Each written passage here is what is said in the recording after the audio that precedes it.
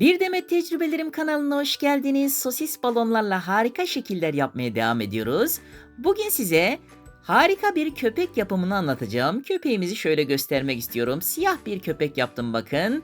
Çok şirin, çok güzel bir köpek. Çocuklar buna bayılacak. Evet, bu köpeğimizi sizler de yapabilirsiniz. Nasıl yapıldığına geçmeden önce hangi malzemeleri kullanıyoruz onu göstermek istiyorum. Bir tane şişirme aletimiz ve bir tane sosis balon kullanıyoruz. Şimdi yapımına geçelim. Öncelikle balonumuzu ucunda 7 parmak boşluk kalacak şekilde şişiriyorum. Evet. Balonumuzu şişirdik. Balonumu bağlıyorum. 4 parmak uzunluğu bir yerden katladım. Bura kaçmadan şöyle balonumu büktüm. 4-4-8 olacak şekilde ikisini aynı anda tutup çekip çeviriyorum. Bir yuvarlak oluşturdum. Bu yuvarlağın ortasından ilk yaptığımız uzunluğu geçiriyorum. Burası köpeğimizin kafası olacak. Şimdi 2 parmak uzunluğu bir yerden katladım.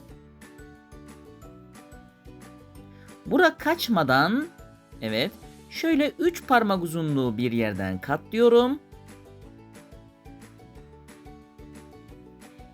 Bakın şu ilk uzunluğu küçük parmağımla yüzük parmağımın arasına tuttum. Sonra ufak bir yuvarlak yaptım. Tekrar ufak bir yuvarlak yaptım.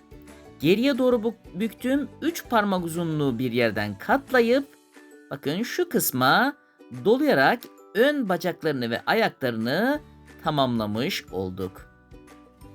Evet, şimdi 4 parmak uzunluğu bir yerden tekrar katlıyorum. Evet. Yine 3 parmak uzunluğu bir yerden katladım. Burası kaçmamak için küçük parmakla yüzük parmağım arasında tuttum. Ufak bir yuvarlak yaptım. Tekrar ufak bir yuvarlak yaptım. 3 parmak uzunluğu bir yerden katlayıp diğer bacağıyla, arka bacağıyla burayı aynı anda çekip çeviriyorum. Ve böylece arka bacakları da olmuş oldu.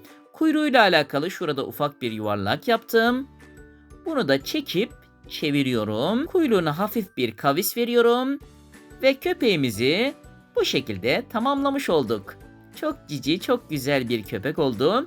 Sizler de çocuklarınızla güzel bir etkinlik yapabilirsiniz.